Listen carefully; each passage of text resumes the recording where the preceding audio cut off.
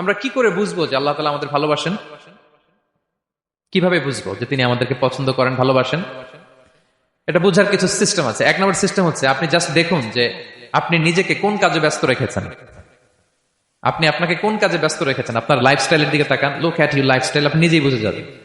আপনি যদি দেখেন যে না, আপনার ভালো ভালো কাজে আপনার ব্যস্ততা, আপনার এঙ্গেজমেন্ট ভালো লোকদের সাথে, আপনার সার্কেলটা ভেরি গুড সার্কেল, ভালো কাজে আপনার মন টানে, আপনি ভালো কাজ করেন, যদি আপনার কার্যক্রম এরকম হয়, তাহলে বুঝে নেবেন আল্লাহ তাআলা আপনাদেরকে ভালোবাসেন।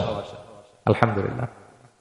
আর যদি দেখেন না, যত আকাম কুকাম আছে ওইটার সবার আগে আপনি, যেই কাজে আল্লাহর ক্রোধ আসে, আল্লাহ রাগ হয়ে যান, যেই কাজ ইসলামে করার নিষেধ, যেটাতে তার অসন্তুষ্টি, ওই কাজে আপনার এঙ্গেজমেন্ট, ইনভলভমেন্ট, আপনার সার্কেল গুলাও এরকম, তাহলে বুঝে নিবেন আল্লাহ ভালোবাসা, এই মহা সৌভাগ্য আপনার কপালে জোটে নাই।